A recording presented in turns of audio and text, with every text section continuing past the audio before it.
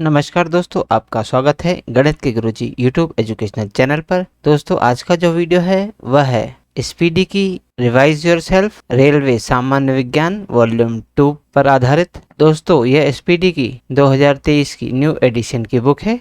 इसमें सन 2022 तक जितने भी रेलवे एग्जाम्स में प्रश्न पूछे गए हैं वे सभी इसमें दिए गए हैं। दोस्तों, यह रेलवे की सामान्य विज्ञान की बुक केवल रेलवे के लिए ही नहीं, बाकी अन्य जितनी भी परीक्षाएं होती हैं जिनमें सामान्य विज्ञान के प्रश्न पूछे जाते हैं उन सभी प्रतियोगिता परीक्षाओं के लिए उपयोगी है। दोस्तों, इस बुक में बहुत सारे सेट्स दिए गए हैं, तो दोस्तों आपके लिए बहुत अच्छा अवसर है कि हमारे इस चैनल पर बिल्कुल शुरू से इस बुक की शुरुआत हो रही है। तो आइए हमारे साथ इस बुक को पूरा कीजिए और अपनी तैयारी को बेहतर कीजिए।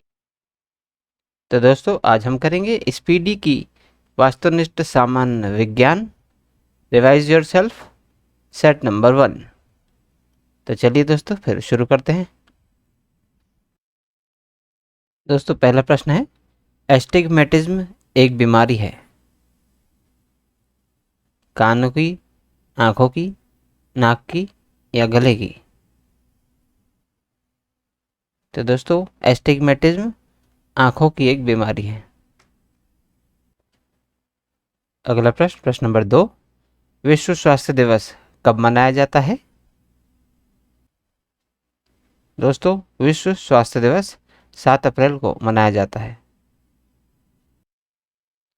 अगला प्रश्न, प्रश्न नंबर 3, मेलाकोनाइट किस धातु का खनिज है? दोस्तों, मेलाकोनाइट तांबे धातु का खनिज है।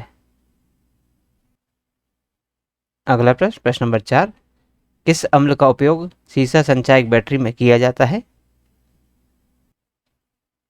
दोस्तों, सल्फ्यूरिक अम्ल का उपयोग सीसा संचायक बैटरी में किया जाता है।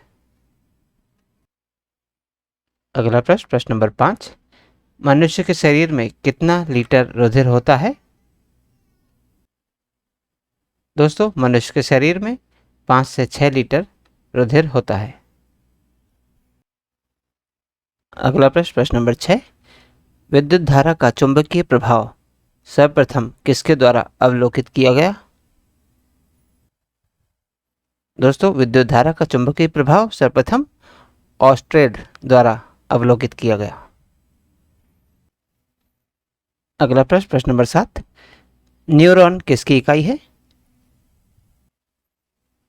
दोस्तों, न्यूरॉन तंत्रिका उत्तक की इकाई है। अगला प्रश्न, प्रश्न नंबर 8, ब्लैक होल सिद्धांत की खोज किसके द्वारा की गई? दोस्तों, ब्लैक होल सिद्धांत की खोज एस चंद्रशेखर के द्वारा की गई।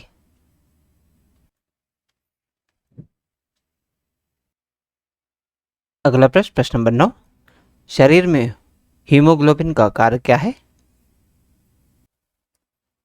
दोस्तों, शरीर में हीमोग्लोबिन का कार्य है ऑक्सीजन का परिवहन करना।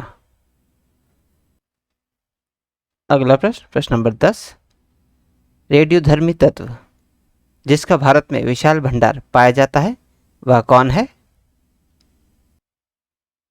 दोस्तों, थोरियम व रेडियोधर्मी तत्व है जिसका भारत में विशाल भंडार पाया जाता है। अगला प्रश्न, प्रश्न नंबर 11, किसी मानव आंख की रेटिना पर बना प्रतिबिंब कैसा होता है? दोस्तों, किसी मानव आंख की रेटिना पर बना प्रतिबिंब वास्तविक एवं उल्टा होता है। अगला प्रश्न, प्रश्न नंबर 12, फोटोग्राफी में उपयोग किया गया प्रकाश संवेदी यौगिक कौन है? तो दोस्तों, फोटोग्राफी में उपयोग किया गया प्रकाश संवेदी यौगिक है सिल्वर ब्रोमाइड। अगला प्रश्न, प्रश्न नंबर 13, हमारे भोजन में संरक्षात्मक खाद्य पदार्थ कौन से होते हैं? तो दोस्तों, हमारे भोजन में संरक्षात्मक खाद्य पदार्थ होते हैं कार्बोहाइड्रेट्स एवं खनिज।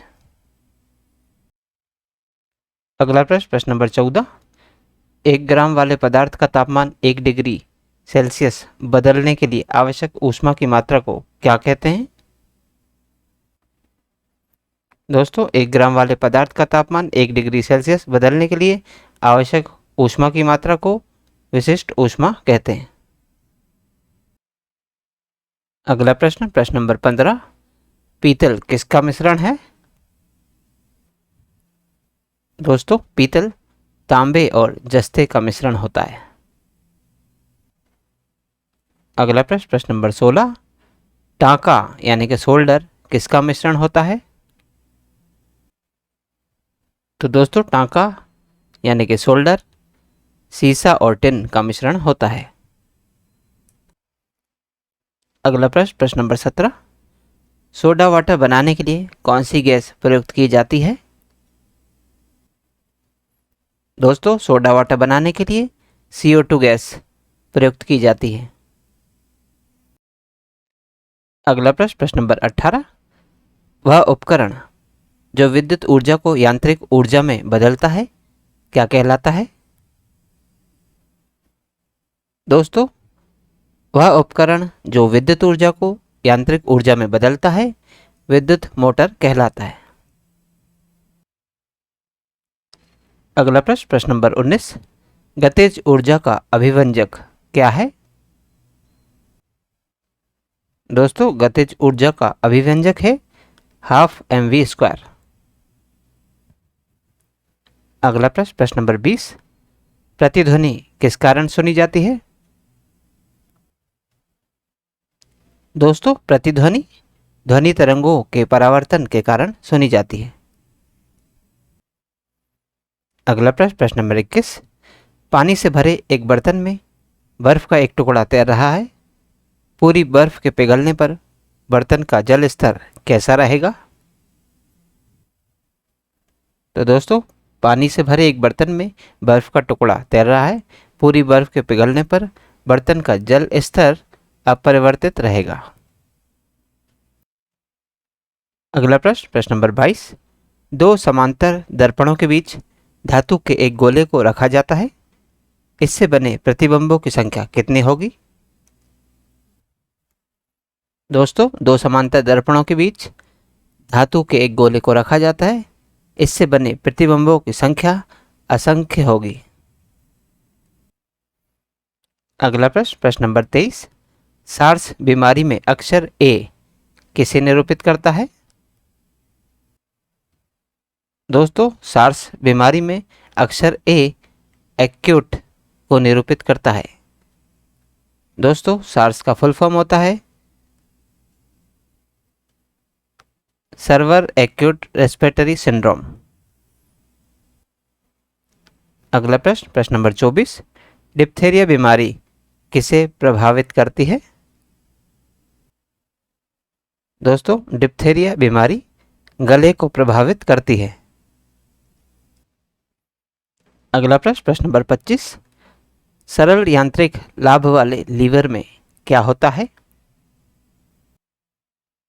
दोस्तों सरल यांत्रिक लाभ वाले लीवर में प्रयास और फलक्रम के बीच में भार होता है। अगला प्रश्न, प्रश्न नंबर 26, जब लिफ्ट ऊपर की ओर जाती है तो आदमी का भार वास्तविक भार से कम होता है, क्यों? तो दोस्तों जब लिफ्ट ऊपर की ओर जाती है तो आदमी का भार वास्तविक भार से कम होता है क्योंकि उसकी चाल ऊपर की ओर समरूप होती है। अगला प्रश्न, प्रश्न नंबर 27, निम्न में से कौन से रंग का तरंगदैर्ध्य सबसे अधिक होता है? दोस्तों लाल रंग का तरंगदैर्ध्य सबसे अधिक होता है।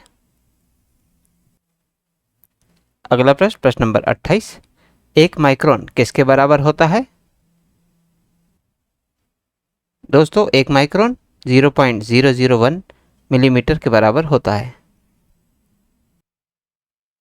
अगला प्रश्न, प्रश्न नंबर 29, सभी गैस शून्य आयतन प्राप्त करते हैं जब तापक्रम को कितना घटाया जाता है?